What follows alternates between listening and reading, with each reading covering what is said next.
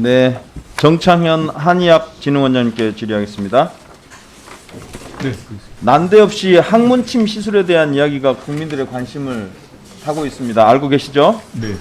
과정은 차치하고 수많은 국민들이 항문침 존재에 대해 처음 알게 되면서 그 효능에 대해서 궁금해하고 있는데요. PPT 한번 보시죠. 그러니까 논란이 되고 있는 이모 씨 소개 블로그 중에 일부입니다. 그 항문침이 뇌신경 및 중증 치매 치료에 효과가 있고 실제로 치료가 된 사람이 있다, 이런 내용인데요. 원장님, 실제로 항문침이 뇌질환 및 중증 치매 치료에 효과가 있습니까? 그리고 임상적으로 검증이 안 된 상태에서 뭐 운운하기는 좀 곤란한 상황입니다. 그렇죠. 소리가 실제로 효과가 검증된 논문이나 임상 자료가 없죠. 네. 한의학진흥원의 입장에서 이 같은 항문침 치료를 국민들이 이용해도 됩니까? 좀 곤란할 것 같습니다. 곤란하겠죠. 한 PPT 하나 더 보시죠.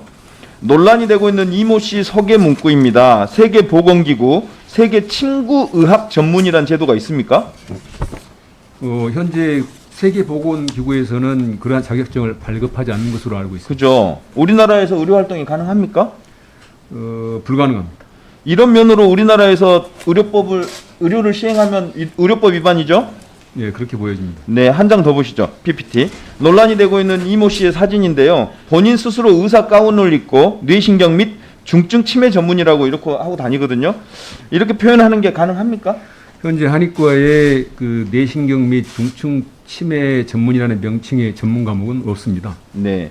국민들께서 오해로 인해서 정보 부족으로 인해서 의료 사고가 나지 않도록 우리 진흥원에서 많은 홍보 부탁드리겠습니다. 예, 알겠습니다. 다음에 신희영 대한적십자사 회장님께 질의하겠습니다. 네. 질의 전에 혈액관리본부의 보고를 잘 받고 계시나요? 기본적인 보고는 받고 있습니다. 기본적인 보고만 받아갖고는 안 되겠는데요. 그 사례를 하나 들어보겠습니다. 노후된 면역 검사 시스템을 교체하기 위한 입찰 공고가 2016년 처음 실시된 이래로 지난 6년간 무려 11차례나 유찰됐습니다. 오는 이제 현재 12차 입찰이 진행 중이고 오는 11월에 결과를 발표할 예정인데요. 이 특정 업체를 봐주기 위한 편파적인 입찰이라는 비판이 끊이지 않고 있고, 실제로 감사원 감사, 내부 감사를 통해 혈액 수혈 연구원장 등 적십자사 직원 3명이 중징계 처분을 받고 6명이 경고 처분을 받은 바 있습니다. 그리고 적십자사는 기관 경고를 받은 바 있죠. 하나 넘겨주세요. 하나 더요.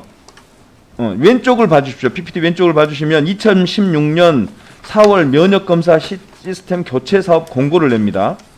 그리고 5월에 그해 5월에 에보트사 프라임 넥스트라고 하는 게 설치가 되고, 그해 9월에 1, 2차 입찰이 유찰되고 12월에는 3, 4차가 유찰이 됩니다.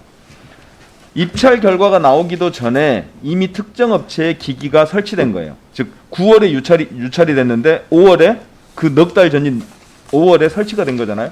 결과적으로 유찰이 돼버리는 바람에 이 기기는 지금까지 쓰여지고 있습니다. 몰아주기, 편파적 어떤 특혜 이런 거라는 의혹이 이제 제기되기 시작한 겁니다. 그래서 이런 걸 가지고 2017년에 감사원에서는 사전 규격 공개 전에 특정 업체 평가용 장비를 부적정하게 반입했다는 이유로 기관 경고 조치를 합니다. 알고 계시죠? 네.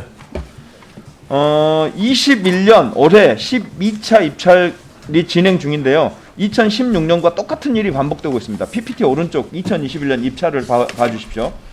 21년 5월에 프라임에서 얼리니티로 대체 장비를 계약합니다. 2021년 6월에 얼리니티 장비가 설치되고요. 9월에는 12차 입찰 공고가 납니다. 그리고 10월 14일 얼리니티 장비가 운영되기 시작했습니다. 업체가 확정되는 건 언제라고 그랬죠? 11월에 확정되죠. 그죠? 업체가 확정되는 건 11월인데 이미 장비가 대체 장비 계약이 체결되고 장비가 설치되고 이미 장비가 운영되고 있어요. 이렇다가는 감사원 감사를 또 받게 될 수밖에 없을 것 같고, 반복되는 위법 이런 것들에 대한 가중처벌이 예상된단 말이죠. 어떤가요? 네. 이 장비에 대해서는 사실은 굉장히 오래전부터 이 면역 시스템에 대해서 제가 시간이 없으니까 나중에 한꺼번에 답해 주세요. 예, 그렇게 하겠습니다. PPT 한 장 더 넘겨 주십시오. 이건 뭐냐면 적십자사가 저희 의원실에 보고한 단종시의 대책입니다. 2021년 5월에 장비 및 시약 도입이 이미 계약이 체결된 후에 교체 장비의 시약 관련 동등성 검사는 계약 체결 이후인 6월에 실시합니다. 적십자사는 단종 대처 방안으로 저희 방에 낸 자료에 보면 동등성 평가 후에 대체 장비 승인을 약속했습니다. 그렇지만 실제로는 장비를 먼저 계약하고 뒤늦게 시약 동등성 평가를 실시한 거거든요. 거기에 더해서 기존 프라임 단종으로 인해 대체 납품된 시약이 2018년 평가에서 부적합 판정을 받은 시약이에요. 이런 모든 정황이 특정 업체에 특혜를 주려는 거 아니냐라고 하는 의혹이 있습니다. 거기에 대해서 나중에 좀 답을 해주시고요. 또 자료를 하나, 적십자사가 제출한 자료에 따르면 단종된 프라임 시스템은 시간당 320건을 처리하도록 되어 있습니다. 처리가 가능합니다. 근데 새로 도입하는 얼리니티 아이 시스템은 시간당 200건밖에 검사가 가능합니다. 시간당 200건밖에 안 됩니다. 이 수치가 맞죠? 네. 전문가에 의하면 얼리니티 아이 시스템은 소량의 병원용 검사 장비지 혈액원의 대량 검사 장비로는 적절치 않다, 이런 의견들이 많아요. 적십자사는 혈액원의 대량 검사 장비로 이 얼리니티 아이를 무방하다고 보고 채택한 거잖아요. 그 이유가 뭔지 나중에 설명해 예, 주시고요. 그렇게 하겠습니다. 일일 검사 능력이 저하됐어요. 320건당 시간당 320건에서 시간당 200건으로 줄어든 거니까 결국 기존 장비보다 이 양을 채우기 위해서 장비 4대를 더 도입해 가지고 하는 상황이 왔어요. 이런 점점 의혹이 확신으로 전환되는 상황인데요. 하나 더 넘겨보시죠. PPT 자료를. 이게 단가 변경 계약서입니다. 2025년 5월에 적십자사는 에보트사와 검치 시약 연장 계획을 추진하면서 HBV 시약의 경우 기존 698원에서 750원으로 그리고 HTLV 시약은 기존 1,484원에서 1,600원으로 단가를 인상했어요. 근데 이 같은 이 계약서는 과거 에보트사와 한적이 맺은 물품 구매 계약 조건을 어긴 겁니다. 물품 구매 계약 특수 조건 하나 보시죠. 여기 보면 제9조에 보면 계약 기간 연장에 에보트사는 계약 종료 이후에도 한적의 요청에 따라 한적의 원활한 검사 수행을 위해 시약 및 소모품을 안정적으로 공급해야 하며 공급 단가는 기존 계약 단가 이하로 한다, 이렇게 명시해놨는데 단가를 올려준 거죠. 또한 10조에 보면 에보트사는 한적 소속 각 기관에서 납품을 요청할 경우 동일한 조건으로 납품한다고 명시되어 있어요. 이런 조건에도 불구하고 단가를 인상한 이유가 무엇인지, 물품 구매 계약 특수 조건을 어기면서까지 에보트사에 특혜를 준 이런 것들이 결국 특혜를 넘어 배임에 이르는 거 아니냐, 이런 문제 제기가 있어요. 자, 회장님 다시 묻겠습니다. 혈액관리본부에 대한 보고 그리고 관리, 통제, 감독 하고 있으신가요?